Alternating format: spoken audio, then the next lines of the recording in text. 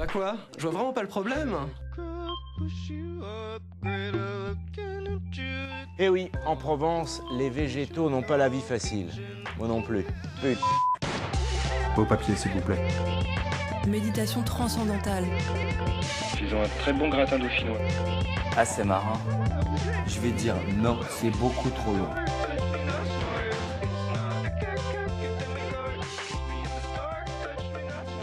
Bonjour tout le monde. Bonsoir. Bienvenue dans ce deuxième épisode du podcast Son Nom. Aujourd'hui, alors, on n'a pas trop de thèmes, mais je pense qu'on sait déjà un peu de quoi on va parler.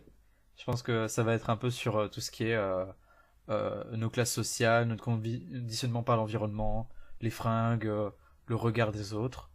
Je pense que ça peut être sympa. J'espère que ça vous chauffe bien comme sujet. Aujourd'hui, on est en compagnie du superbe, de l'inénarrable Daniel. Bonsoir à tous. De la superbe, sublime, autre mot en S, Nibiru. Coucou. Et de l'incroyable, du fantastique, du fantasmagorique Panda, c'est-à-dire moi. Bonjour. Oui, et quel gredin. Et de quelqu'un de plutôt charmant, ma foi aussi. J'espère. Malte. Au moins, merci, c'est moi. Voilà. Et je suis très salty parce qu'il m'a mis en dernier. Voilà. Ouais, mais le meilleur pour la fin. Ok, tu m'as le meilleur pour la fin. Bon. Sinon, vous avez vu un film récemment. Je me dis qu'on pourrait commencer nos émissions un peu comme les vraies émissions podcast, tu vois. Au lieu de faire que des débats, on pourrait un peu parler de nos vies. Vous avez vu un film récemment intéressant? Bah, je viens de regarder Scott Pilgrim. Ah, putain, Skull Pilgrim, ça tombe bien parce que... Ouais, ok, c'était forcé. Mais non, si vous avez vu... Vous avez vu ou joué au... Ce que j'ai vu moi récemment. J'ai re-regardé le film Lou parce que y a une meuf sur Twitter qui a fait un spot dessus. Ah, arrobase que- nounouille. que- Putain, elle est adorable, elle... on est mutuals et je l'ai DM une fois, mais elle m'intimide trop. Le mec, hier soir, il m'a dit oh, tu dis underscore pour le tiret du 8, c'est bien. Et après, il dit arrobase. Oui, désolé, je dis arrobase et pas at parce que ça pue la merde.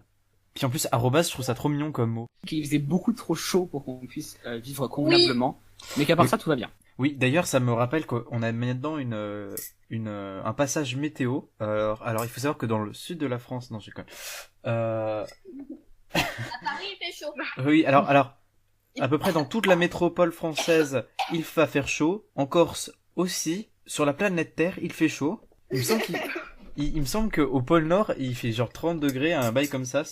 On s'inquiète pas du tout pour... Oh, putain, j'en sais rien, je dis de la merde. Il me semble il fait de plus en plus chaud au pôle. Je sais par contre, il fait vraiment 30 degrés en Suède. Et il fait 35 degrés. Mais bref, il fait trop chaud partout, on s'inquiète pour notre planète, mais finalement c'est pas grave parce que c'est pour les générations futures. On fera la révolution avant et on pendra les... Ouais. Ouais. Comment est-ce que tu tues un président de manière écologique? Moi je me dis on c'est... peut pas brûler son gaz parce que ça libère du CO2. Moi dans ma tête on faisait un podcast doux qui agresse pas les gens et on est en train de parler de tuer un président. Oui, mais c'est Macron. donc Alors, on a- aux policiers qui risquent d'écouter ça, il ne s'agit évidemment d'aucun projet d'attentat. On a Non. juste un humour de merde. Est-ce Mais que tu prends plus cher pour avoir incité à la haine contre Macron ou genre littéralement juste avoir haï Macron, je sais pas. Genre si tu dis... Alors, nous, personnellement, on n'organise aucun attentat. Par contre, si chez vous... Alors, Vous êtes motivés. et c'est là que tu crées une rubrique au lieu de la le code cuisine qui en fait. s'affiche en bas de votre écran. Oui, ou alors là maintenant on va faire une recette de bombe. Comment faire une bombe avec seulement un élastique et du dissolvant. Plus sérieusement, je pensais à un truc. Est-ce que vous aussi ça vous arrive d'idéaliser? En plus, c'est un peu sur le sujet, on parlait tout à l'heure de arrobase nounouille. On parlait de cette fille adorable sur Twitter et il y a un moment où en fait elle avait juste tweeté qu'elle avait, attention, volé une plante et genre elle s'est reçue plein de gens qui l'infantilisaient en disant oh non, faut pas faire ça petite, c'est pas bien, comme si c'était une enfant, alors qu'en fait elle a 18-19 ans, elle sait que voler c'est pas bien, elle s'en bat les couilles, elle fait un peu sa vie quoi. Et en fait, est-ce que vous aussi vous avez l'impression qu'on a trop souvent tendance à attacher une image à quelqu'un qui lui correspond pas du tout? Je trouve que c'est un peu dangereux ce côté dire à quelqu'un qu'il est trop mignon et trop adorable alors que ça a aucun Alors, sens. justement, vous voyez, moi, je suis toute petite. Genre, je fais 1m48 et demi. Et je tiens haut et demi. Et du coup, à chaque fois que je fais des rencontres IRL, le premier truc que les gens disent, c'est « Oh, t'es trop mignonne !» Alors que c'est des gens avec qui j'ai eu des conversations sur plein de trucs super sérieux et tout ça. Mais du coup, à partir du moment où je les vois IRL, je suis une enfant de 4 ans et demi. Et ça me frustre, mais un point. Enfin, voilà. Il y a aussi, j'avais vu l'autre jour sur Twitter un coup de gueule d'un mec trans qui se plaignait, ou même il y a plein de mecs trans qui se plaignent qu'on n'arrête pas de dire ouais vous êtes trop mignon machin, et c'est super blessant. Oui, je confirme. Oui, je sais que ça t'est arrivé toi Daniel, qu'il y ait des cis qui te disent oh t'es trop mignon. Ouais, enfin, je veux dire, quand tu vois un mec cis, tu vas pas dire ça. Un mec trans, oh, il fait 1m60, oh, c'est trop chou. Ah merde. Oui. mais franchement, ça vient du cœur, là. On a senti que le nique ta mère venait du cœur. Je pense que ça serait le titre. Alors, maintenant, je vais faire absolument comme tous les animateurs radio. C'est-à-dire que à chaque fois, il y a un moment où ils sortent une petite punchline, ils disent, ça sera le titre de l'épisode. Et ça l'est absolument pas. Ça m'énerve. Ça m'insupporte. Du coup, je vais dire, le nique ta mère vient du cœur, ça sera le titre de l'épisode. Et tout le monde va voir que c'est pas ça. Au pire, tu coupes comme ça. Non, je veux laisser cette frustration aux gens. Super. Mais du coup, ouais, je me rends compte que trop facilement, en fait, sur les réseaux sociaux ou même dans la vie, on a tendance à essayer d'accrocher une image, un peu un cliché, surtout chez les ados, on essaie d'accorder un cliché à quelqu'un. Genre, il y a toujours quelqu'un qui veut faire le pote marrant dans une bande. Ouais, je dénonce des trucs, t'as vu. Bah après, ouais, c'est vrai que les stéréotypes, c'est le mec intello, la meuf grosse, le gars musclé ou des trucs comme ça, tu sais. Mais en vrai, c'est plus diversifié et voilà. Moi, beaucoup de gens me disent tous les jours, oh, t'es trop cute, t'es adorable, t'es trop mignon. Oui, c'est gentil, ça me fait plaisir. Mais je sais pas forcément si c'est approprié ou si même ça me touche, simplement. Je sais pas, je trouve que mignon, c'est un peu, on veut dire. Presque péjoratif. Mais oui, mais voilà. Et du coup, je sais pas, c'est mieux d'être beau ou je sais pas quoi, parce que quand on dit t'es mignon, c'est juste, bah, t'es un enfant, t'es mignon, et tu peux pas être le stade au-dessus, genre beau, enfin, bref. Ouais, je suis d'accord, et même s'il y a des gens pour te dire oui, mais pour moi, dans ma bouche, mignon, c'est pas péjoratif, bah, ça reste quand même assez infantilisant, t'as ce côté, c'est trop chou ce que tu fais. Genre, moi, je sais que des fois, alors j'ai très peu de confiance en moi dans mes dessins, mais quand je fais un dessin, que je le poste, que j'ai passé peut-être 1h30 dessus, et qu'on me dise, trop mignon tes dessins. Pour moi, c'est à peine un compliment. Et je dis ça, mais il y a des gens sur Instagram, ils vont m'en vouloir. Mais dédicace au compte d'Instagram. Non, mais c'est vrai que souvent quand je pose des photos sur Instagram, enfin des dessins sur Instagram, les gens sont là, c'est trop fou. Merci. Je suis trop aigri, t'as vu. Mais ouais, je sais absolument pas où est-ce qu'on va. Mais j'aime bien aussi ce côté où on se laisse divaguer un peu, partir en vrille. En fait, j'ai envie que le deuxième épisode soit le total opposé du premier. Comme ça, du coup, ça varie un peu. Et les gens pourront me dire ce qu'ils préfèrent. Et du coup, vous, est-ce que vous essayez de lutter un peu contre ce fait d'accrocher une image aux gens, ou alors juste vous en battez les couilles et vous assumez que des fois, il y a des gens où vous trouvez, trop mignon, trop machin. Moi, il y a des moments où je commente la photo de quelqu'un et je dis, t'es trop chou, et puis je me dis après, j'aurais pas dû dire ça. C'est-à-dire que moi, étant donné que je suis toujours le truc mignon dans le groupe avec les gens, du coup, j'ai surtout tendance à être du coup le truc mignon qu'on embête H24. Et du coup, c'est un peu insupportable, et vu que j'ai absolument ça dans la gueule tout le temps, et j'essaye de le combattre entre guillemets. Enfin, c'est pas une vraie cause en soi, et ça fait pas vraiment de mal, mais du coup, après, c'est des trucs qu'il y a autour. Et du coup, ça m'embête un petit peu. Et du coup, en vrai, je fais ça pour moi, mais quand il y a quelqu'un qui écrit sous un tweet, t'es mignon, je vais pas lui faire, c'est pas gentil de dire qu'il est mignon, tu vois. Enfin... Ouais. En fait, t'adaptes un peu ton comportement à la façon dont les gens te voient, en fait. Oui. Et vous deux, en fait, je me dis que vous, les trucs, est-ce que ça vous complexe un peu l'image que vous renvoyez aux gens? Bah oui. Moi, je sais pas quelle image je renvoie aux gens, en fait. Et du coup, je sais pas ce que je suis socialement. Et c'est vachement frustrant. C'est vrai que... Tu vois, parce que habituellement, je suis fringué avec des trucs je parle uniquement des fringues. Et je suis fringué, jean, t-shirt, truc, quoi. Et des fois, je mets des docks noirs, un pantalon en tartan et des t-shirts de groupe de musique. Je comprends ce que je veux dire. Du coup, je suis immédiatement catalogué comme punk et je le suis genre au fond de moi. Et quand je suis pas fringué comme ça, est-ce que les gens me voient dans mon comportement comme punk ou pas?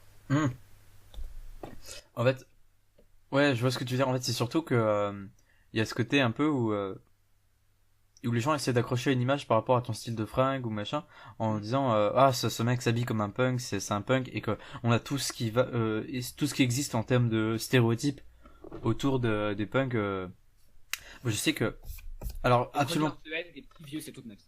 Mais je sais que une fois on m'a complimenté sur mon style vestimentaire, on m'a dit oh ton style vestimentaire il déchire, alors que j'ai posté 2 outfits sur internet et sur Instagram. Alors qu'en vrai, tous les jours, j'ai un t-shirt et un jean, et c'est marre. C'est tout. Genre vraiment, j'ai aucune fantaisie. De temps en temps, je mets des chemises un peu trop grandes, et c'est là que je me sens trop frais. Mais sinon, c'est tout. J'ai pas l'impression d'avoir un style vestimentaire si craqué. Et du coup, ça m'a fait beaucoup réfléchir sur le fait que on donne une image qui est ultra tronquée de nous. Et c'est la première fois que je me suis dit, putain, les gens ont un reflet de moi qui n'est pas forcément exactement ma personne. Et puis, pour revenir un peu au style cliché, au style vestimentaire cliché, alors que ce soit, je sais pas, porter des teintures de cheveux, des vestes à cheveux, tu vois. Est-ce qu'on n'a pas uniquement une version de la personne, comme on l'imagine, genre si on croise quelqu'un dans la rue, tu vois. Par exemple, est-ce que moi, on me voit comme quelqu'un de dangereux? Attends, je me suis rendu compte dans mon pantalon, mes clés elles tapent contre ma jambe et du coup ça fait comme si j'avais une chaîne. On accroche certaines façons de se comporter avec des styles vestimentaires où en fait on a un peu ce qu'on appelle le délit de sale gueule, où en fait si une personne a telle tête, on va se dire qu'elle a tel comportement. Et parfois ça peut être bien d'avoir ce 6e sens où on se dit ah cette personne je la sens pas bien. Ça peut être intéressant. C'est comme ça qu'on se fait des amis, c'est qu'au bout d'un moment les préjugés ça peut servir. C'est pas super bien, mais ça peut servir. Bien sûr. Mais je trouve que de plus en plus, on commence à avoir des groupes où les gens commencent à se dire ouais, ces personnes ça fringue de telle façon. Moi, je sais que une fois, je parlais avec un ami de me teindre les cheveux. Il m'a dit ah, tu vas devenir un social justice warrior de Twitter. Je veux dire, peut-être que j'ai déjà ce comportement-là où je défends pas mal de causes et que ça fait chier les gens. Mais je vois pas pourquoi est-ce que le fait de se teindre les cheveux, ça doit avoir un sens par rapport à ma personnalité. Je vois pas pourquoi est-ce qu'on devrait s'empêcher de porter telle ou telle fringue par rapport à son comportement. Ma meilleure amie, elle sort avec un mec qui fait pas mal de blagues sur les fuckboys. Mais alors, il parle pas des fuckboys en tant que comportement, mais juste en termes de style vestimentaire et de leur comportement sur les réseaux sociaux. C'est-à-dire que, alors un fuckboy, c'est super compliqué à décrire, mais en gros, ça serait un mec né à peu près dans les années 2000, qui a une certaine façon de s'habiller, dans des friperies, etc. C'est un style vestimentaire que je trouve super beau, perso, voilà. Et donc un fuckboy de base c'était un terme américain, lol, personne n'avait remarqué, pour parler de quelqu'un qui faisait l'amour avec beaucoup de filles différentes et qui les prenait pour de la merde. Et là ça a complètement dérivé vers une façon de s'habiller, une façon de se comporter, prendre des photos où tu te caches ton nez et que t'as une clope dans la main, tu vois, ce genre de truc, toute cette ambiance un peu qu'on voit souvent sur Instagram par exemple. Enfin, moi, ça m'arrive souvent de scroller, comme disaient les jeunes, sur Instagram, et de voir des gens avec le hashtag fuckboy parce qu'ils portent une casquette, parce qu'ils ont des lunettes rondes, ou je sais pas. Et je trouve ça un peu dommage de commencer à se moquer de plus en plus de style vestimentaire, parce qu'il est ultra codifié, parce qu'il va avec une façon de se comporter.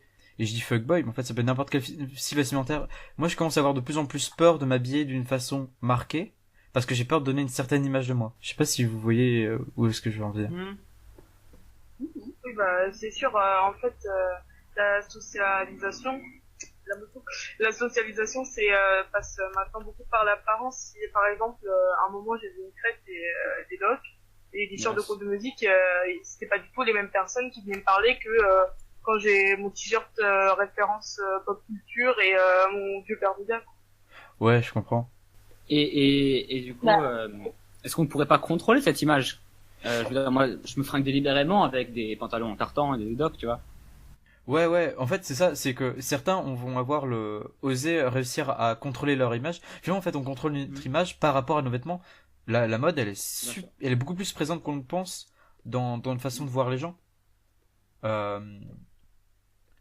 envie de dire que quelqu'un qui va tout le temps se fringuer avec des fringues Célio, oh putain je parle mal de Célio, avec la chemise à 10 euros et le jean et toujours s'habiller de la même façon, on va pas le voir de la même façon que quelqu'un qui aurait peut-être moins de revenus et qui va se fringuer dans des associations, je sais plus comment elles s'appellent. Putain, c'est super connu. Emmaüs, c'était le mot que je cherchais en plus. Emmaüs ou ce genre de truc. Et ça sera encore pas la même image pour tout ce qui est petit bourge avec le polo sur les épaules. Et en fait, finalement, moi je saurais jamais qu'un bourgeois est un bourgeois à partir du moment où je le vois fringuer. Si je le vois fringuer normalement entre guillemets, je saurais pas que c'est des bourges. Après, ouais, vas-y. T'as les vêtements, mais t'as aussi le comportement social. Rien alors, je pense tout seul, quand ils sont seuls, ça se voit pas trop. Quand les gens en général, pas que les bourgeois, sont seuls, ça se voit pas trop. Mais à partir du moment où ils sont deux, et que donc il y a un échange entre ces deux personnes, ouais. tu peux déterminer, je pense, la classe sociale. Ouais, je suis d'accord. En fait, la classe sociale, elle détermine beaucoup notre façon de nous comporter. Mais beaucoup.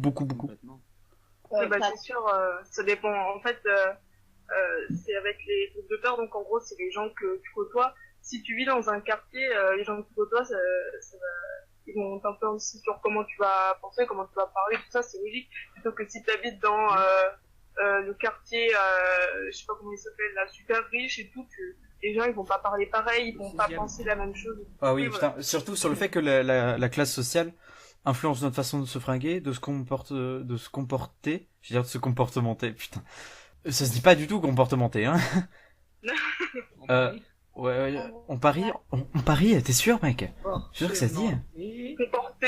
Comportementer. Ah non. Comportementalisé. Bon, finalement, en fait, en plus, ça, je crois que c'était un de mes sujets. Attendez, il faut que je vérifie, mais ouais, en fait, notre façon de se comporter, j'allais encore refaire l'erreur, se comporter, elle est ultra conditionnée par notre environnement. Ouais, parce que je trouve que le public, c'est vachement bien, parce qu'en fait, ça mélange des gens souvent, des milieux assez différents. Ouais. Parce que moi, j'ai toujours été j'étais souvent en privé, non, j'ai toujours été en privé, et du coup, j'ai souvent eu des gens, qui étaient assez aisés, tu vois, qui étaient pas dans des, à partir du moment où tu peux payer une école tel prix par mois, bah c'est que t'as les moyens de le faire. Je me posais une question. Et parce qu'à chaque fois que je débat avec des gens sur un film, à un moment ils me disent oui mais ça va, c'était du divertissement, faut que t'arrêtes de prendre la tête. Et je trouve ça super dommage cette démarche de retirer les thèmes des films, parce que souvent ça arrive que même dans des films à gros divertissement genre Disney, ils te cassent des thèmes super lourds dedans, et ça me saoule qu'on essaie d'invisibiliser des thèmes qui sont utilisés par des artistes. Ça vous est arrivé parfois de regarder on va dire un Disney, de voir le thème, de dire putain ça parle de tel truc, c'est super grave, etc. alors que c'est des souris, tu vois, et d'en parler avec un parent, je sais que je sais plus quel Disney m'avait ultra touché pour ça, bon, c'est pas grave. Et ma mère m'avait dit ouais mais tu te prends trop la tête sur les films, alors qu'en fait les films, question que je vais vous poser, est-ce que les films c'est pas un peu fait pour se prendre la tête? Et ça dépend. Ça dépend de films. Il y a des films d'animation qui, par exemple, vont te mindfuck, vraiment, tu vas repenser à toute ta vie, tout ça. Puis il y aura des films type blockbuster où sera fait pour famille, pour peut-être oublier les problèmes, des films comme ça. Et après, je pense pas qu'il y ait vraiment de film qui soit là juste pour que tu poses ton cerveau et que voilà, je pense qu'il y a toujours des thématiques intéressantes, importantes dedans, c'est sûr. Mais... C'est pour ça que moi j'avais pas aimé un film que beaucoup de gens ont aimé qui s'appelle Réalité de Quentin Dupieux. Ah oui. Où en fait vraiment le réalisateur s'est confié sur le film, et le but du film c'est juste que ça soit un gros bordel. Alors je vous conseille à regarder parce que le film est quand même sympa à mater, mais en fait il y a quasiment aucun thème, c'est juste de l'absurde étrange, et quand tu le regardes en fait tu ne comprends rien, et le film est fait pour que tu ne comprennes pas tout et que ce soit un peu le bordel. Mais je trouvais ça super décevant qu'en fait à la fin du film tu dises putain mais le film ne raconte rien. Bah après, Quentin Dupieux, c'est sa filmographie un peu découverte dans le sens où son premier film, je crois qu'il s'appelait Mon film, et en fait, pendant tout le film, il ne commence pas. Genre, il y a toujours un truc qui repousse le début, le commencement de l'histoire, et à la fin, le film commence pas, en fait.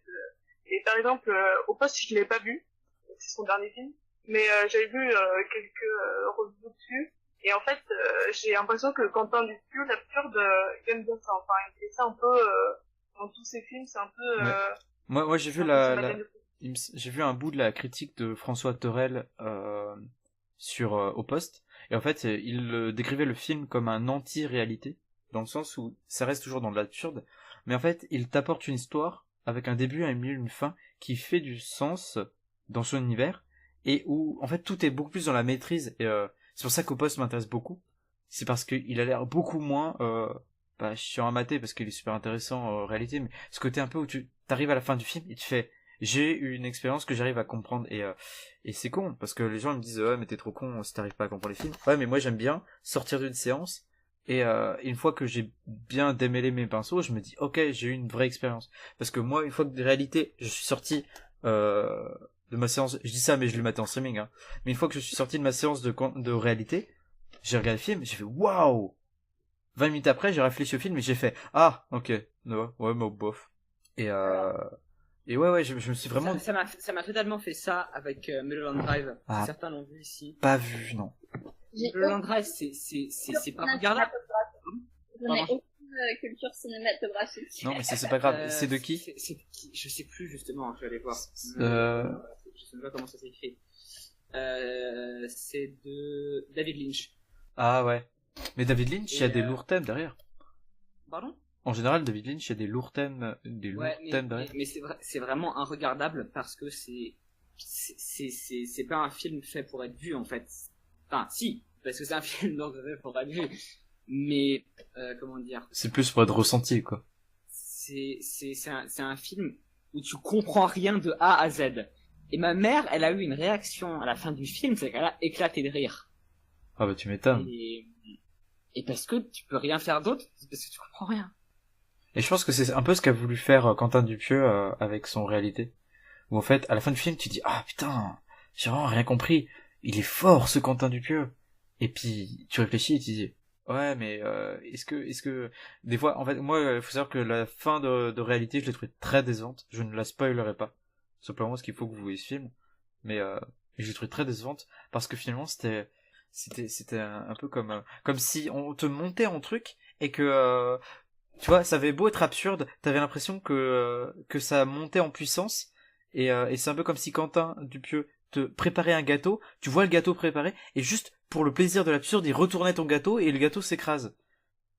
Ouais, je voulais goûter à ce gâteau, je voulais goûter à cette fin grandiloquente, et finalement ça te sort une fin un peu décevante, un peu prévisible. Quentin Dupieux a beau dire que c'est un film, putain ça va pas recommencer avec les bruits. Faut savoir que mon bureau fait des bruits de temps en temps.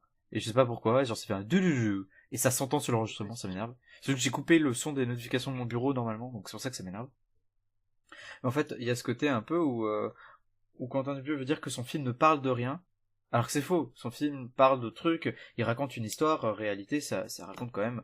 Je peux vous donner des éléments du film. Je peux vous dire que voilà, il y a Alain Chabat qui est un réalisateur qui veut faire un film d'horreur, sa femme est psy, tu vois. Je peux vous raconter des trucs comme ça. C'est une situation. Donc du coup, tu t'attends que s'il y a une situation, il y a un moment où c'est chamboulé. Mais finalement, la situation va jamais être vraiment chamboulée. Ça va être des éléments extérieurs, ou ça va être des trucs de montage, ou alors... Le film aurait été intéressant si ça avait été une suite. Dans le sens où Réalité aurait dû être une parodie d'un premier film, tu vois. Et là, ça aurait été cool. Parce qu'on a l'impression que Réalité s'auto-parodie parfois, et c'est super intéressant, où il y a une scène dans un bureau, où il y a le réalisateur, Alain Chabat, j'ai oublié le nom du personnage, et son producteur, et vous savez il y a un moment où, à la fin du film où ils refont la scène dans une forêt. C'est trop stylé. Et ça aurait été intéressant si la scène du bureau avait réellement été finie. Enfin, c'est un peu compliqué à dire si vous avez pas vu le film, mais voilà. Et je sais plus du tout d'où est-ce qu'on était parti, mais je crois que c'était du fait qu'un film ne peut ne rien raconter. Ah oui. Ouais, mais après, ça, enfin, ça raconte quelque chose, mais pas dans le sens où le thème c'est, je dis beaucoup de E parce que je cherche pas le mot. Le thème par exemple, ça va être, je sais pas, la triste voilà, comment, ça c'est concret. Après, comme tu dis par exemple en réalité, il y a pas de thème dans le sens où ça va à la fin il y a pas la morale de si t'es comme ça faut faire ça ou si quelqu'un est comme ça faut l'aider ou tout ça. Après, moi j'ai vu un film et qu'on m'a réexpliqué après. Et en fait, c'est là que j'ai compris que des fois tu pouvais ne pas comprendre le thème d'un film, mais qu'il y en ait un quand même. Et c'est pour ça que la réalité m'a beaucoup énervé, c'est parce qu'en recherchant de quoi parlait le film, j'ai eu une énorme déception en me disant ah, le film ne parle de rien. Et c'est pour ça que ça m'a déçu. Mais moi j'ai vu le film Marie-Antoinette de Sofia Coppola. Et en fait j'ai vu le film et j'ai fait waouh, c'était yanche. C'était chiant. Et en fait, on m'a expliqué qu'en fait, l'un des thèmes principaux de Sofia Coppola, c'était l'ennui. Et là, c'est surtout, plus que l'ennui dans Marie-Antoinette, c'est l'oisiveté. Et en fait, en me réfléchissant à ça, je me dis, putain, en fait, le film est vachement bon. Parce qu'il il réussit à te faire ressentir l'ennui que ressent Marie-Antoinette dans sa vie. Ce côté où Marie-Antoinette, elle a absolument tout ce qu'elle veut, elle a énormément de bouffe. Qu'est-ce qu'il y a ? C'est un film volontairement chiant, parce que la vie du personnage est chiante. Ouais, Marie-Antoinette, on voit qu'elle a du luxe. On voit à un moment, elle a plein de chaussures, elle a plein de bouffe. Mais finalement, toi, est-ce que tu en as quelque chose à foutre que Marie-Antoinette ait plein de bouffe et plein de chaussures ? Non, t'en as rien à cirer. Mais elle non plus. En fait, il y a ce côté où tu ressens ce qu'elle ressent. Et c'est en ça que c'est une biographie vachement sympa. Parce que tu ressens ce qu'elle a ressenti. C'est-à-dire que toute sa vie, elle s'est fait chier. Et même si elle était gâtée, en fait, elle a jamais été réellement à fond... heureuse. Après, ça reste quand même une connasse de bourgeoise, mais voilà. Elle était super privilégiée. Mais je trouvais que c'était intéressant quand tu remets en contexte, c'est que tu dis que le thème du film, c'est l'oisiveté et l'ennui. Après, moi, j'aimerais bien ressentir l'ennui blindé. Parce que moi, je ressens l'ennui, mais sans être riche.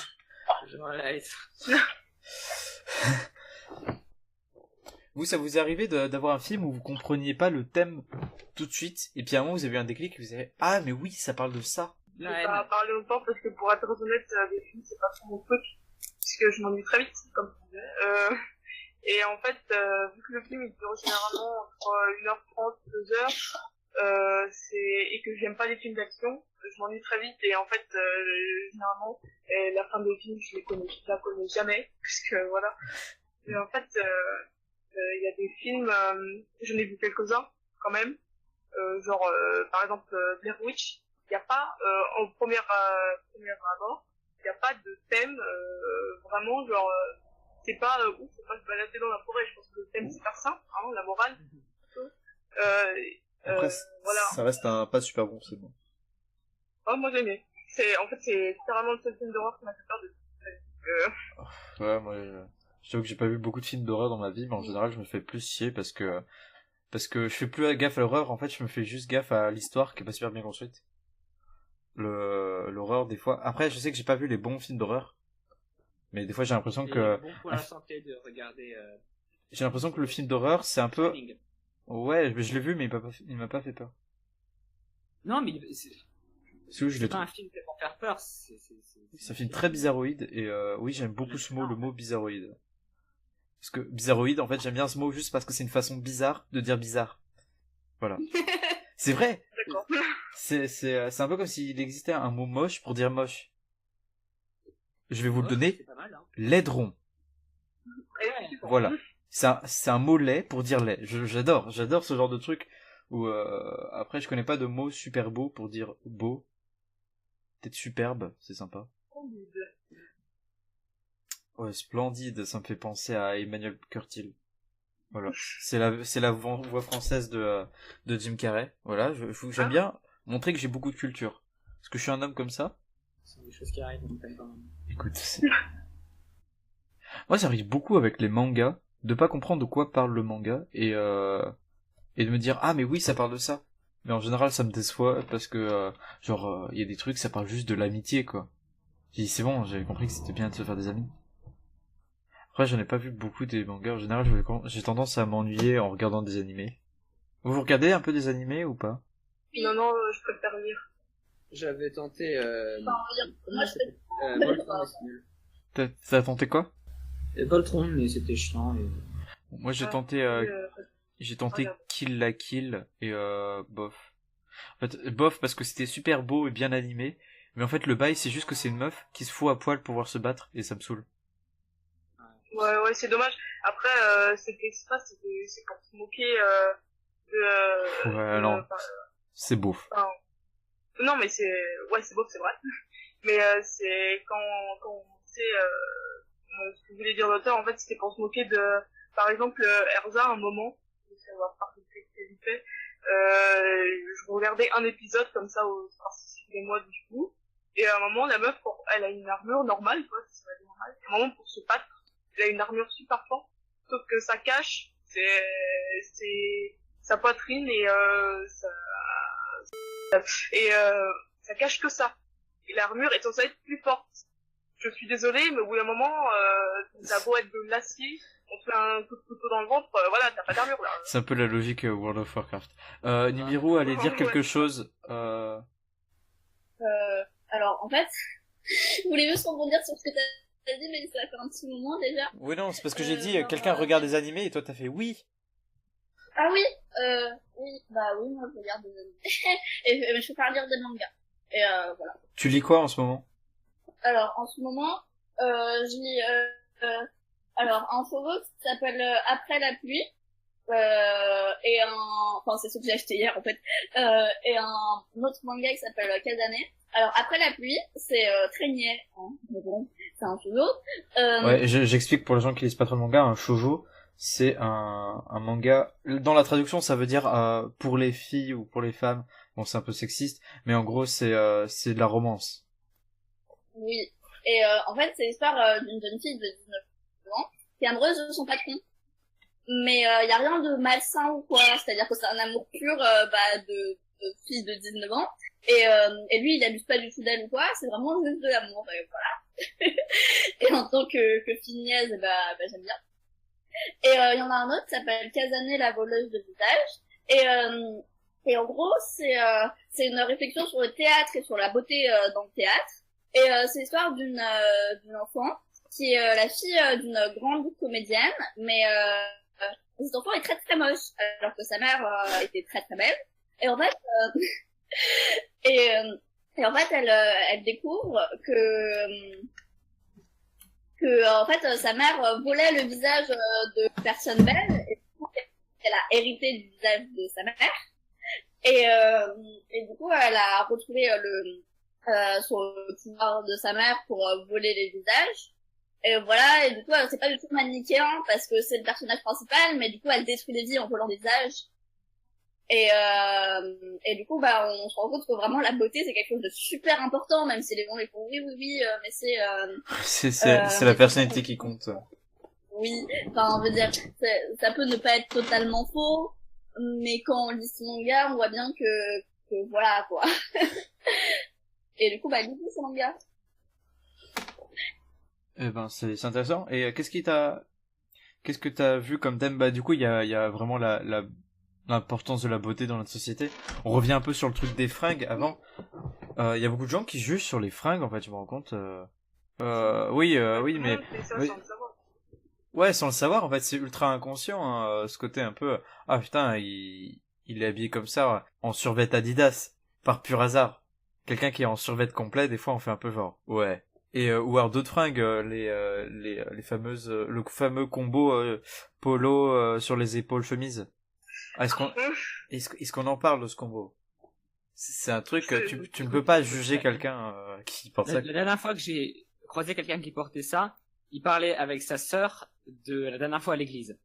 Bah, évidemment. Ah oui. Voilà. Oui, c'est clair. Après, j'ai envie de dire, on fait pas du tout faire un truc sexuel. On fait aucun shaming sur les fringues que vous portez. Hein. Si vous avez envie de porter des chemises avec des polos et que vous vous sentez bien comme ça, portez-les. Pareil pour les chaussettes claquettes. On a beau faire des blagues dessus, portez des chaussettes claquettes si vous vous sentez bien dedans. Là, il y a un silence radio, personne n'entend, mais c'est parce que personne ne parle, parce que personne n'est d'accord avec moi. C'est des Mais putain. si, moi je suis d'accord avec En fait, je cherche une réflexion à faire parce que récemment ma mère a dit un truc sur le château de claquettes et du coup je cherche le lien entre ça et le mépris de classe. Et Oui, c'est vrai. Trouver une règle. Bah, en plus, on peut en parler, parce qu'on parlait tout à l'heure du rapport entre les fringues et comment dire, notre place dans la société, notre classe sociale. Et c'est vraiment ça, c'est que il y a des gens qui ont un mépris de classe selon vos fringues. Tout le monde, hein. Par exemple, quand tu regardes, moi je suis au lycée, quand tu regardes mes potes, quand ils vont avec, par exemple, en survêt Adidas, comme tu disais, ils en regardent mal, quoi. Après, moi, ça me met mal à l'aise, parce que c'est mes potes et qu'ils font des trucs de classe et qu'ils disent, c'est une racaille, en fait. Enfin, une mettrait du mec. Parce qu'il est en survêt, enfin, voilà, quoi. Oui, c'est vrai, tout à l'heure Nibiru parlait de racaille, il y a un peu ce côté, putain, en plus je suis en train de me dire qu'on l'a coupé le moment où Nibiru parlait de racaille, mais c'est vrai qu'on peut penser à ce genre de terme, racaille ou casse sociale, et des fois on se dit, ah, cette personne c'est un cas social, parce que elle porte tel type de fringue, et c'est horrible de penser ça, mais ça c'est le plus gros mépris de classe possible. C'est le plus gros mépris de classe possible, mais j'ai envie de dire que peu de gens, et je suis désolé de dire ça, mais peu de gens ne le font pas, ce côté juger les gens sur leurs fringues. Bah, même moi qui trouve que c'est franchement dégueulasse de faire ça, là. On va pas, enfin, on est d'accord. Mais après, on fait tout, c'est pas comme si enfin, au premier abord, tu réfléchis pas, c'est un réflexe. Tu vois quelqu'un habillé en polo, short, chemise, premier réflexe, c'est un bourreau. Après, tu te dis, ah, faut pas dire ça, c'est vrai, ça se trouve, il trouvait juste la combinaison du short et du polo sympa. Mais voilà, on réfléchit pas, les stéréotypes, ça vient direct. Ouais, je suis d'accord. Hein. En fait, il faut avoir ce réflexe de déconstruire cette façon de penser. Et les gens aiment pas ça, le fait d'avoir à s'habituer à penser de manière différente. Genre, les gens, ils considèrent que en fait, on n'est pas vraiment si libre de penser que ça. Notre façon de penser, elle est conditionnée par notre environnement. Et ce serait bien qu'on s'habitue à grandir dans nos têtes directement. Des fois, on pense des trucs, on se dit, ah putain, telle personne, je vais partir sur la grossophobie, mais on se dit, ah, telle personne est en surpoids, donc elle est en mauvaise santé. Il faudrait qu'on s'habitue à penser que c'est pas le cas du tout. Pour certaines personnes, être en bonne santé, c'est important pour eux qu'ils aient leur ossature normale, qu'ils aient un certain poids ou machin. Et ou juste qu'on juge pas parce que si se trouve cette personne elle est grosse, elle t'emmerde, elle a envie d'être grosse, ou elle a pas envie de faire du sport, elle fait ce qu'elle veut, quoi. Voilà, après on oublie souvent là qu'on dit, oh, elle est en mauvaise santé parce qu'elle est en surpoids. Après on oublie aussi la santé mentale. Peut-être que la personne elle est en surpoids parce que elle a un problème, par exemple, je sais pas, une dépression, la boulimie, ça peut être un des symptômes. Ou peut-être que faire du sport, ça la trigger, on sait pas, on peut pas... Ouais, ou alors juste arrêter de fumer, ça fait prendre du poids. Oui, voilà. Ça fait prendre du poids, et évidemment, même si tu fais du sport, il y a un moment où tu as pris du poids, ça va prendre du temps. Tu peux pas juste regarder quelqu'un qui est, comment dire, même qui est obèse, et lui dire, ah, tu fais pas de sport. Ça se trouve, cette personne fait du sport beaucoup plus que toi, tous les jours, et t'es en train de lui faire une remarque sur son poids, donc c'est dégueulasse, c'est déplacé. Ça se trouve, cette personne est obèse, et trouver des endroits sains pour pouvoir faire du sport, c'est super difficile. Donc ouais, je considère qu'on devrait moins juger les gens sur l'apparence et s'habituer à moins les juger. Parce que c'est pas si difficile que ça, en fait, de s'habituer à avoir certains comportements. Après, je suis en train de me dire qu'on est vachement conditionné par notre environnement, mais on peut s'affranchir de son environnement grâce à Internet. Se trouver de nouveaux cercles, de nouvelles relations, c'est une façon de se déconstruire, en fait. Complètement ça, par contre, ouais, mon premier cercle social, genre, agréable à supporter, était sur Internet. Ouais. Bah, moi aussi. Il y a Donc, pas la plupart des enfants, maintenant, c'est comme ça. Ouais, il y a pas mal de gens qui profitent d'Internet, en fait, pour trouver des cercles dans lesquels ils peuvent se reconnaître. Après, est-ce que sur Internet, on recherche, enfin, est-ce qu'on n'est pas un peu dans les cercles qu'on a recherchés? Donc, est-ce qu'on s'affranchit vraiment de notre environnement quand on va sur Internet? Parce que moi, je sais pas vous, mais moi, j'ai rencontré que très très peu de bourgeois sur internet qui sont devenus mes amis. Généralement, les bourgeois, je les bloque. Ouais, mais c'est ça, c'est que, en fait, je me dis que c'est parce que t'as été, entre guillemets, conditionné par ton environnement que tu les bloques. Ouais, non, mais je veux dire, les bourgeois, ils sont insupportables et dangereux dangereux.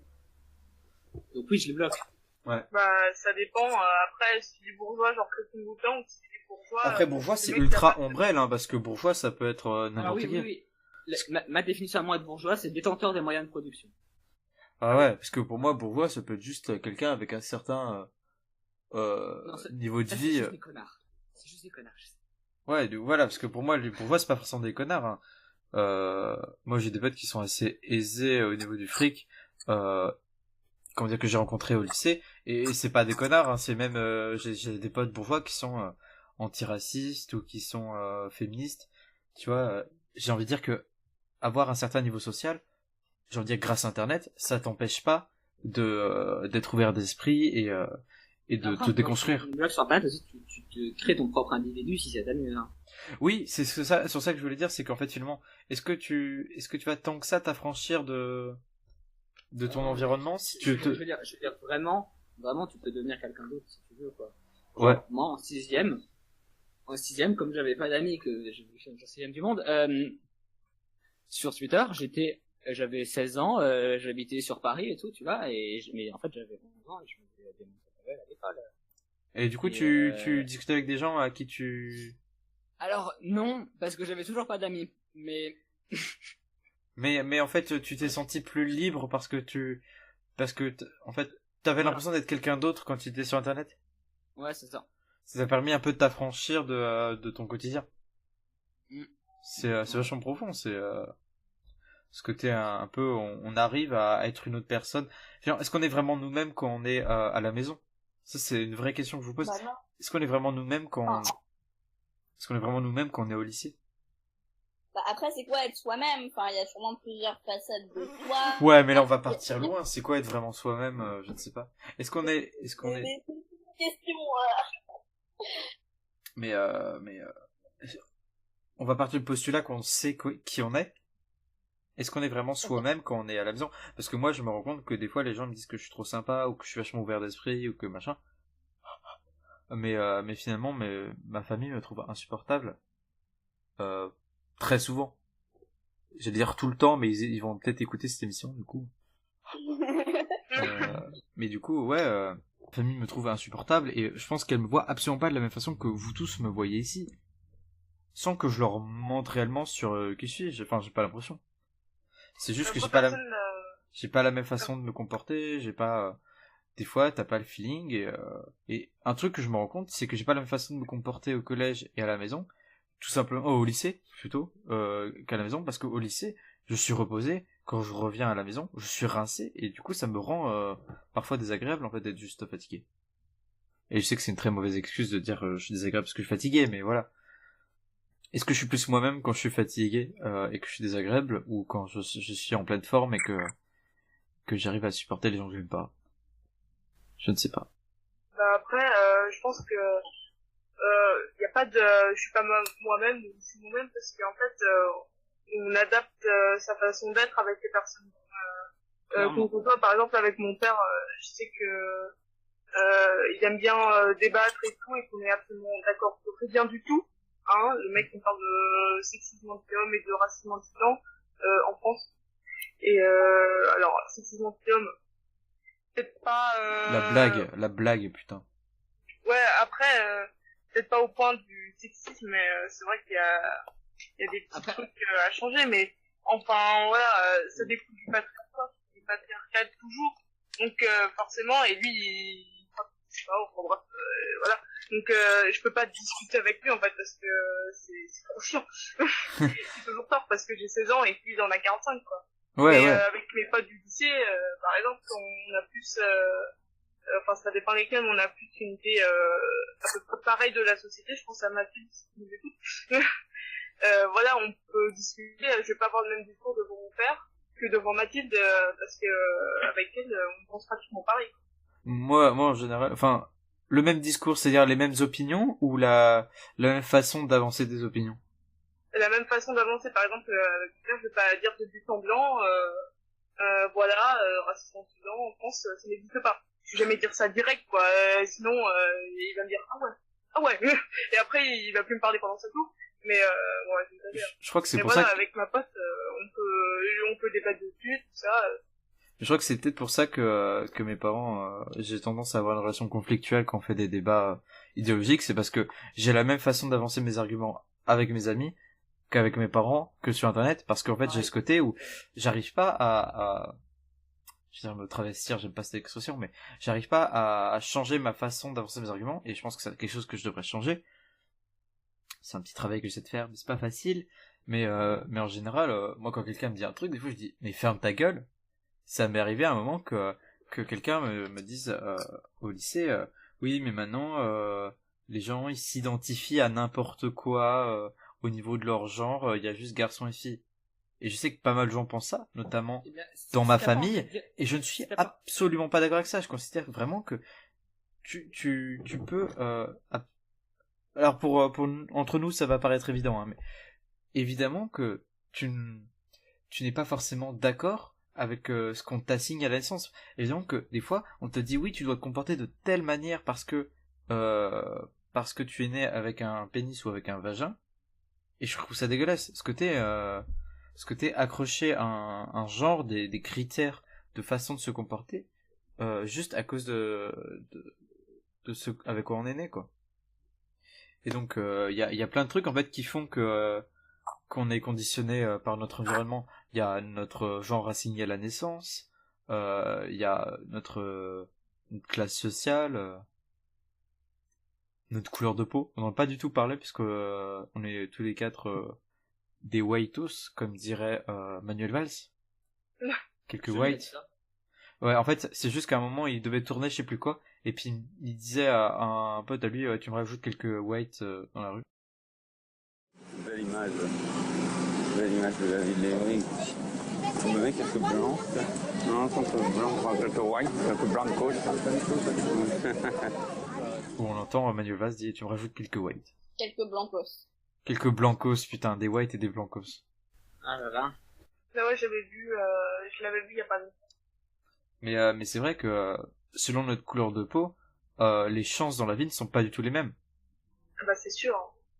Ah, un truc que j'entends souvent de la part de gens influents blancs, c'est on n'est pas, et de blancs en fait en général, on n'est pas du tout, et j'insiste sur le du tout, on n'est pas du tout responsable des erreurs de nos aînés. Sous-entendu, on n'est pas du tout responsable du colonialisme. Colonisation. Non, du colonialisme. Non, colonialisme. Je sais pas. Ah ouais. Si. Ouais, il me semble. Bon, je sais pas. Bon, moi, je fais de la merde. Hein, peut-être nous deux, hein. Ouais, Écoute, je vais dire qu'il est 1h du matin, c'est pas facile. En vrai, il est 17h10, donc c'est chaud.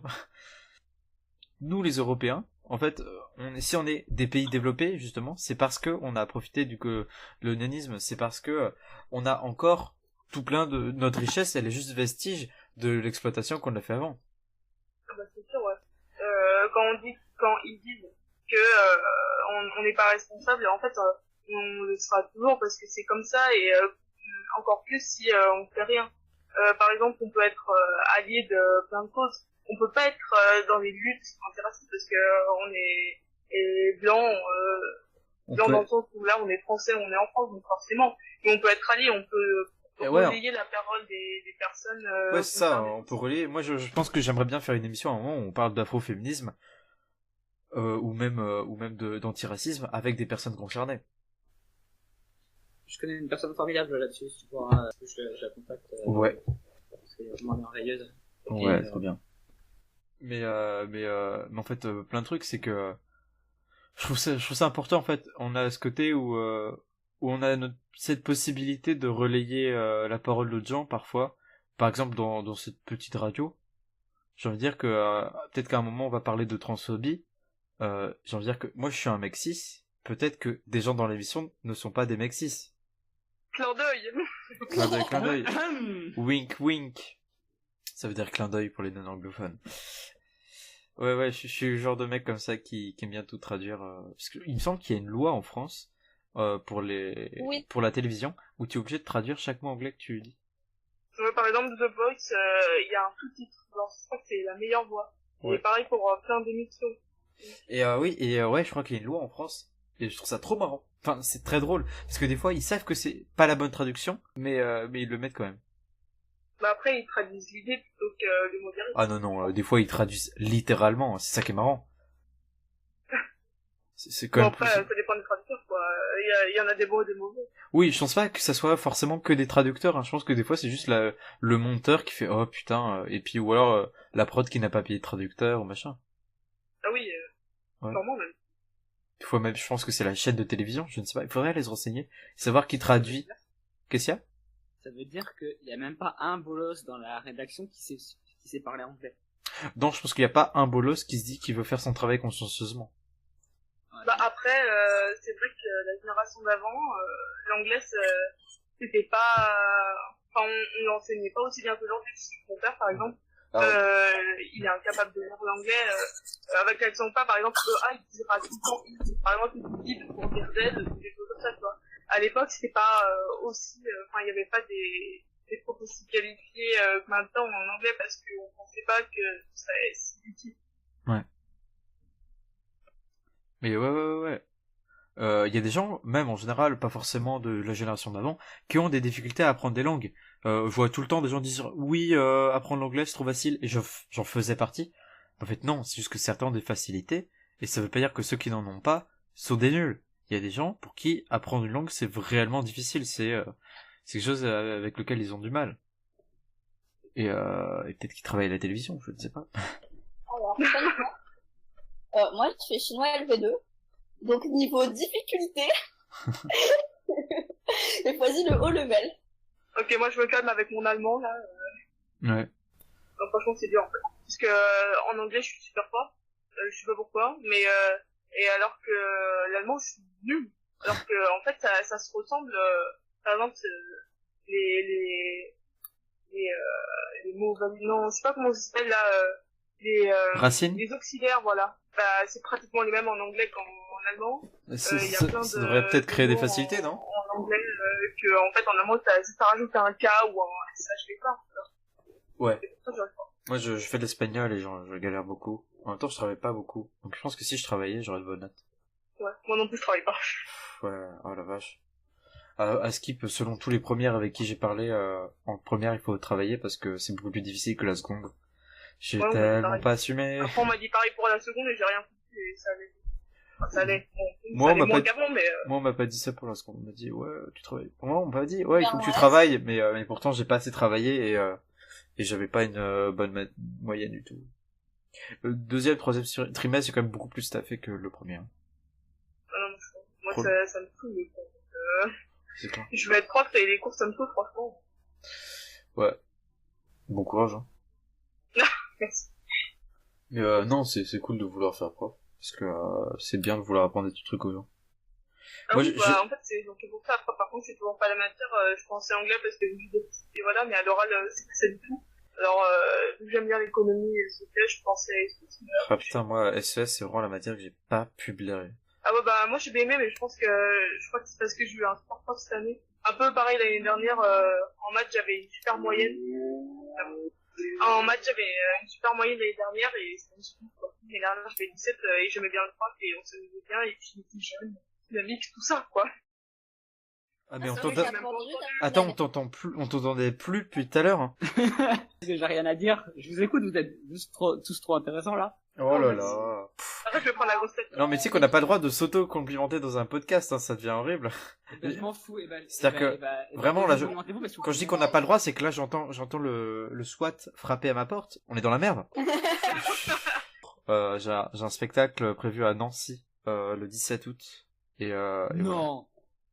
Quoi? Non. Et ça s'appelle comme ça. En fait, ça s'appelle Non. Voilà, je vous attends nombreux. Dieu. Ouais, je sais. On va devenir un podcast drôle comme le Floodcast. C'est faux, c'est complètement faux. En même temps, je suis en train de... Putain, j'entends plus personne, hein. Vraiment, soit ce que je dis, c'est d'un passionnant, soit vraiment, genre... Honnêtement, je sais pas quoi. En fait, à chaque fois que j'ai peur de couper quelqu'un, parce que quand j'essaie de parler, il y a un mec qui commence à parler en même temps. Non, mais en fait, en montant le premier épisode, parce que là, franchement, il faut le dire quand même, on a tourné le premier épisode il y a 2 jours, je l'ai déjà monté, et je me rends compte qu'en fait, je coupe la parole tout le temps, et je parle beaucoup trop. Je suis très bavard. Peut-être Et trop. visiblement, tu es le seul, il y a beaucoup de blancs. Ouais. J'ai envie de dire, putain, en vrai, on n'aurait pas dû appeler ça le podcast sans nom, mais genre, juste, il y a beaucoup de blancs. Mais sauf que ça aurait été tellement raciste. Mais c'est ce côté ultra communautariste. C'est genre le truc qui s'appelle il y a beaucoup de blancs et t'invites pas un seul Renoir de toute l'émission. Ah non. Oh mon dieu. Mais c'est horrible. Je me dis que ça va vraiment être un épisode giga court, mais c'est pas grave. Ouais, on parle de plein de trucs, c'est un peu des... Ouais, en même temps, on n'avait pas vraiment de thème de départ. Ou alors, on l'a raté. Ouais, mais en fait, c'est parce que je voulais faire un thème sur les ex, mais je pense que ça sera genre le 3e ou 4e épisode. Ah oui, parce que la personne que tu voulais inviter, du coup, ouais, il y avait ouais. des anecdotes croustillantes. Ouais, il me semble. Mais en fait, j'ai un peu le seum parce que du coup, Malte ne sera pas là pendant 3 semaines, donc ne sera peut-être pas là dans l'épisode sur les ex. Après, est-ce qu'on est vraiment obligé de faire qu'un seul épisode sur les ex? Moi, je suis sortie avec 3 personnes, j'ai pas grand chose à dire, moi. Oh, 3 personnes aussi, ouais. Est-ce que c'est parce que on a fait plein de relations que c'était des relations de qualité? Je ne sais pas. Alors, pas du tout. Si quelqu'un a un sujet dont il aimerait pas bien parler pour une petite fin d'épisode, là, ce serait bien. Parce que c'est le moment de faire la révolution. J'approuve. Ah oui, parce que j'en ai ras le coup de Marco, là. Ouais. En plus, avec l'affaire Benalla. Oui. Donc moi, je dis que c'est le moment de prendre le pouvoir. Non, le pouvoir appartient à personne. Autogestion.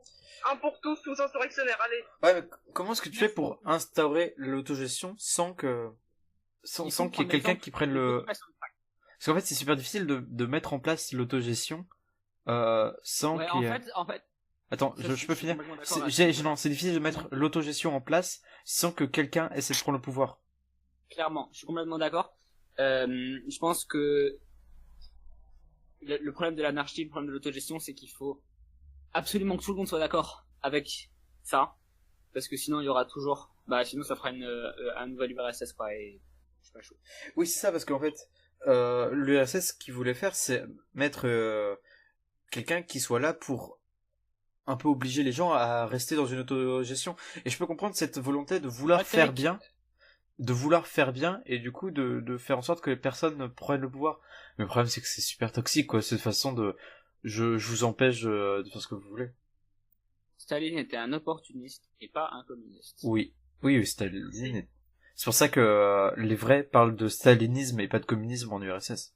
Ouais. Après je m'y connais pas assez en communisme pour pouvoir en parler. Faudrait que, en fait, mon rêve, ça serait de toucher un large public, d'être super connu, et de commencer à inviter des gens un peu famous. Tu sais, genre de faire, ouais, alors aujourd'hui on va parler de communisme, c'est pour ça que j'ai aujourd'hui un député du PCF. Tu vois, ça serait trop stylé. Ça serait plus qualitatif. Parce que moi j'aimerais trop faire un épisode sur l'image publique, un peu comme on a essayé de le faire aujourd'hui, sur le fait de, tu sais, de l'image que tu donnes aux gens, et j'aimerais trop inviter des youtubeurs ou des auteurs ou machin. Parce que moi je pensais à un autoriste en particulier que j'aime beaucoup. Voilà. Donc c'est-à-dire que là je vais faire une dédicace vraiment, c'est-à-dire que si cette personne voit ce podcast, monsieur Shail Zalewski, j'adore vos bandes dessinées, elles sont fantastiques, je les aime, voilà. Je les aime aussi, beaucoup d'amour. Je les ai pas encore achetés, mais promis, dès que j'ai 10 € sur mon compte, j'achète un de vos albums avec l'album des dames et dames, parce que j'aime aussi beaucoup le genre de punk rock, lofi, hip-hop que vous faites. Ça n'a aucun genre, mais c'est vraiment trop cool. Mais genre vraiment j'aime trop.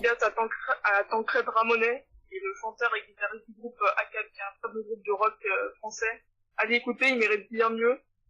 J'ai acheté l'album, c'est tout dit. Comment ça s'appelle? ACAB, attends, je vais essayer. ACHAB. C'est marrant. Mais je le mettrai en description.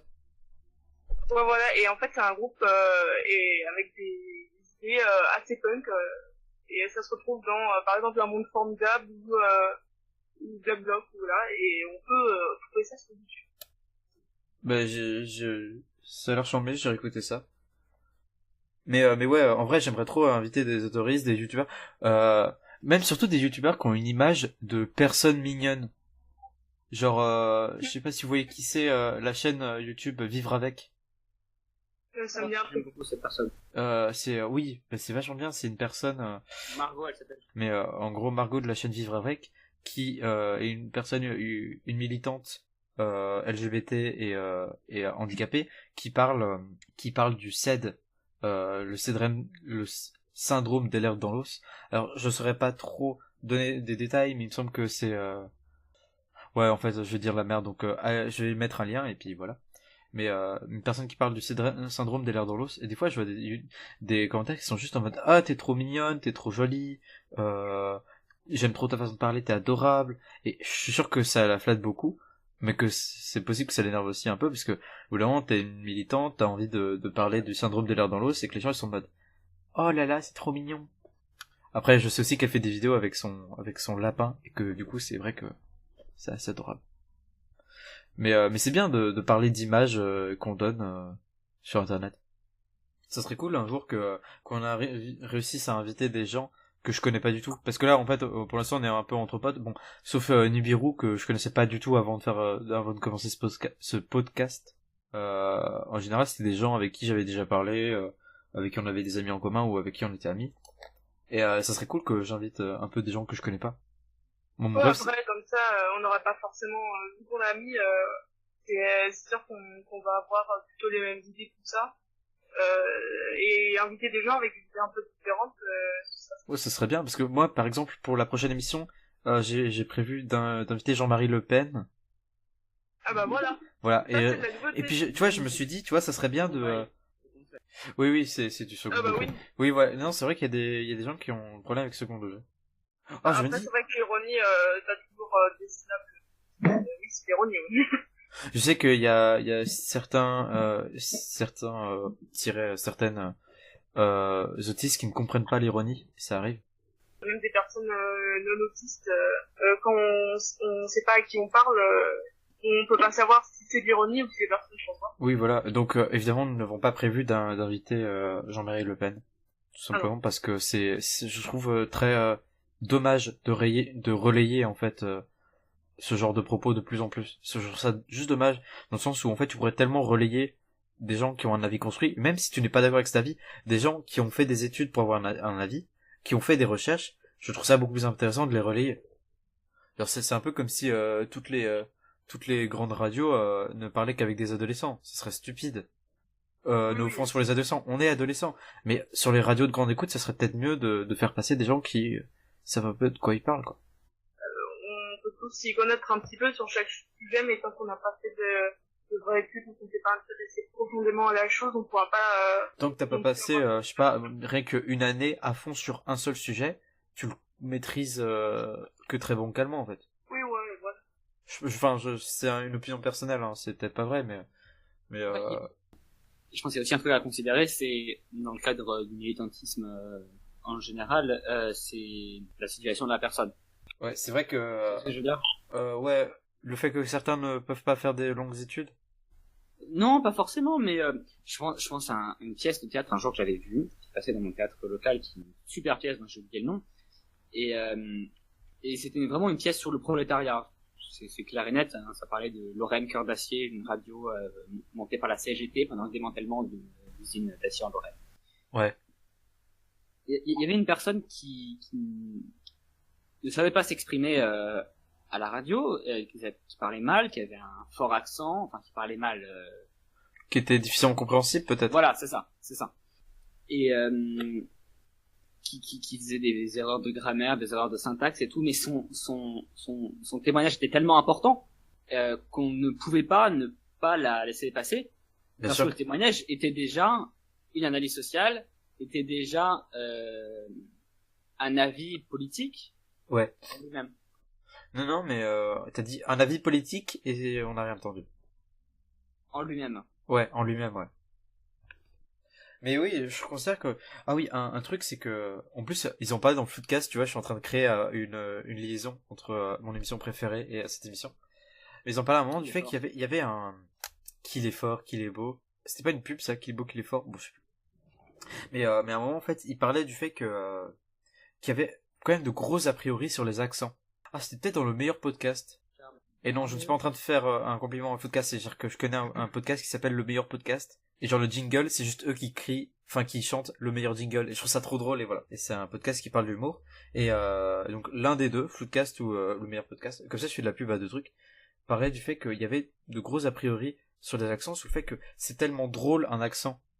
C'en est presque du mépris de classe en fait, le fait de trouver que c'est drôle tel accent. Alors évidemment, je suis le premier à rigoler quand quelqu'un imite l'accent marseillais alors que c'est absolument pas drôle et que finalement ça reste se moquer des Marseillais alors que bah, c'est pas drôle, voilà. Mais pourtant c'est vrai que il y a certains accents on considère que c'est drôle et que ça devrait pas en fait. On devrait arrêter de se moquer des accents et que c'est une façon en fait parfois de discréditer les gens, dire je sais que après je le boycotte un peu mais je sais que on s'était beaucoup moqué de comment il s'appelle celui qui était à la présidentielle avec le gros nez, Jean Lassalle, comme ça.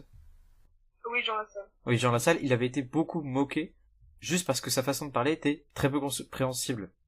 Alors que le mec est pas complètement con. C'est un mec qui a déjà fait une grève de la faim. C'est un mec qui a de fortes pensées politiques et qui est très proche du peuple. Après les droits de merde, hein. Il a un petit peu d'extrême droite, mais oui. Oui, d'un autre côté, il est de droite et apparemment, ça serait quand même un agresseur sexuel. Donc voilà. Et voilà.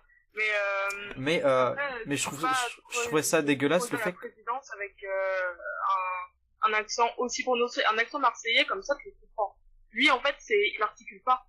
Le problème, c'est pas tant l'accent, c'est le fait qu'il y a des problèmes d'articulation, on ne comprend rien. Ouais, et mais je trouve ça c'est du mépris de classe parce que oui, paysan. Oui, c'est ça. Et il y a même des vidéos de lui qui sont là tous à poil, mais voilà, c'est... Non, il est juste torse nu, il me semble. Oui, il est torse nu. Mais j'ai envie de dire que se moquer juste de son accent, je trouve ça débile. C'est le discréditer, c'est dégueulasse. Alors qu'en fait... C'est même pire que le discréditer, c'est... On parle de son accent et on parle pas de sa politique extrême droite, on parle pas de...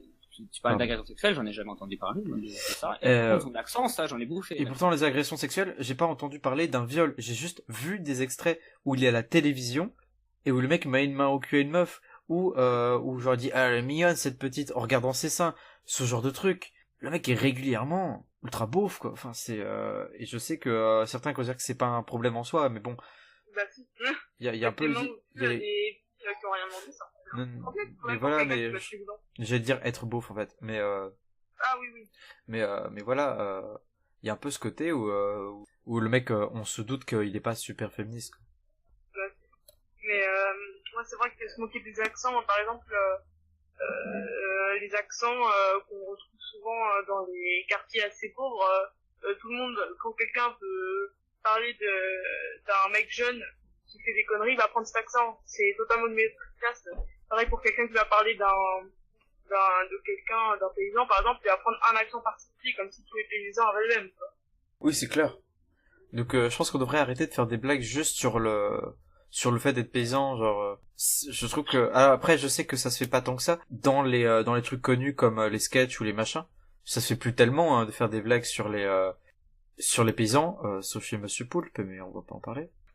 Mais en fait, je pense que c'est surtout dans la vraie vie, quand tu discutes avec des potes et qu'il fait attends regarde je vais imiter un paysan, on devrait faire de moins en moins ça, essayer de se respecter entre prolos en fait. Je considère que se discréditer entre nous, entre gens qui sont pas forcément super aisés, imiter les bourgeois, je trouve ça beaucoup plus drôle et beaucoup plus sain que d'imiter quelqu'un qui est pauvre en soi et qui est dans un milieu défavorisé. Ouais, se moquer des riches, quoi. Comme la caricature à la base, c'était se moquer des puissants, des personnes riches, du pouvoir, tout ça. Et maintenant, quand on regarde, je vais pas donner de nom, mais certains journaux, tu peux donner le nom parce que je les bip. Ah bah, ouais, bah si tu les bip, ça sert à rien. Mais ouais, par exemple, voilà, exactement. Oui, c'est horrible ce qui s'est passé. Mais il y a quand même des moqueries, des caricatures sur les personnes entre guillemets faibles, pauvres, et c'est pas censé servir à ça la caricature. Oui, moi je trouve ça dégueulasse quand des mecs comme se moquent de gens qui sont pauvres ou qui sont défavorisés ou de gens qui sont en détresse humaine, se moquer de la détresse humaine. À quel moment? Alors j'allais dire c'est drôle. Bon, certains ça les fait rire. Je ne juge pas. Je trouve ça dégueulasse, mais je ne juge pas. Mais que tu trouves ça drôle, ok, mais que tu trouves ça intéressant politiquement de se moquer de la détresse humaine, je ne comprends pas pourquoi. C'est du cynisme inutile. D'ailleurs, sur le cynisme, il y a une chanson très intéressante et super cool de Kenny Arcana qui s'appelle Le cynisme vous a tué. Je ne connais pas cette personne. Et Kenny Arcana, c'est une super rappeuse. Dédicace à mon pote qui me l'a fait découvrir Galice. Mais ouais, je trouve que le cynisme, ça devient de plus en plus inutile. Ce côté juste se moquer de la détresse humaine, se moquer, gros guillemets, des Africains. C'est pas juste drôle de dire, oh regardez, ils meurent de faim. Tous ne meurent pas de faim, et certains meurent de faim, et je vois pas pourquoi ça serait drôle d'en parler, quoi. Ça serait juste choquant. C'est sûr. Et puis l'argument, c'est pour choquer, il va 2 minutes, mais ça n'explique pas en quoi c'est intéressant politiquement. Parce que ça ne l'est pas. Je pense que ça ne l'est pas. Bon, je trouve qu'on n'a pas tellement de conclusions à faire, en fait. Je pense que les gens ont bien compris que la morale, ça serait surtout d'essayer de moins en moins être dans le mépris de classe, moins en moins de se moquer des pauvres, qu'ils soient français ou non. Il y a ce côté un peu, arrêtons de se moquer des gens de l'endroit d'où ils viennent, en fait. Ou de l'endroit ou de la classe sociale dont ils viennent. Je pense que les gens devraient un peu apprendre le respect. Genre des fois, j'utilise cette expression parce qu'il y a pas mal de youtubeurs qui disent je vais t'apprendre le respect, ou alors au contraire qui disent ouais, le respect est disparu. Mais en vrai, elle est importante cette notion. Hein? La pire blague de l'histoire des blagues. Ouais, le respect a disparu, c'est pas drôle. Mais en fait, le vrai truc, c'est que, je veux dire, c'est important aussi d'avoir des valeurs. Je trouve que, je suis très nihiliste, mais je trouve que c'est important aussi de se dire, il y a des gens, il faut les respecter. Au bout d'un moment, il faut comprendre que chacun est humain et chacun a sa sensibilité, et que c'est pas si grave enfin, c'est bien aussi d'assumer qu'on a notre sensibilité, que des trucs nous vexent, et que les autres ont leur sensibilité, que des trucs leur vexent. Parce que, il y a des gens qui font les, entre guillemets, bonhommes et disent qu'ils ont aucune faiblesse, mais c'est pas grave d'en avoir. C'est pas grave dans des trucs qui nous vexent ou des trucs qui nous plaisent pas. Voilà. Sur ces belles paroles, je vous laisse dire un mot de la fin, peut-être? Eh bien, je suis totalement d'accord. Le mépris de classe, c'est plutôt réservé aux personnes aisées, hein. Il faut s'en rendre compte. Mais c'est aussi un stéréotype, donc tout le monde est atteint, en fait. On nous élève comme ça, on nous élève avec des stéréotypes, et c'est difficile de s'en défaire, et justement, il faut avoir le réflexe de déconstruire, en fait, l'éducation et ce qu'on a appris, tout ça. Et voilà. En fait, il faudrait qu'on se rende tous compte qu'à une certaine échelle, à une certaine échelle, on est tous privilégiés, et qu'il faudrait agir en conséquence. Alors, je force pas tout le monde à devenir super écologiste ou à défendre tout plein de causes humaines, mais juste ce côté, si quelqu'un vous dit non mais ça me plaît pas, vous dites ok, je suis désolé, et vous passez à autre chose. En fait, il faut savoir accepter, passer outre quelque chose, même si vous êtes pas d'accord, et disent je suis désolé. Ça, je tiens à dire que c'est surtout valable pour les personnes neurotypiques qui sont avec des personnes neuroatypiques. Quand on vous dit que ça nous saoule, s'il vous plaît, laissez-nous tranquille, merci. Ouais, c'est ça, quand quelque chose saoule quelqu'un d'autre, passez outre, voilà, quel que soit le contexte. Même si je sais que c'est pas facile, mais voilà. Ça permet de rappeler que à partir du moment où tu rigoles sur quelqu'un et que la personne ne rigole pas avec toi, c'est une moquerie. Ouais, voilà. Je suis d'accord avec ça.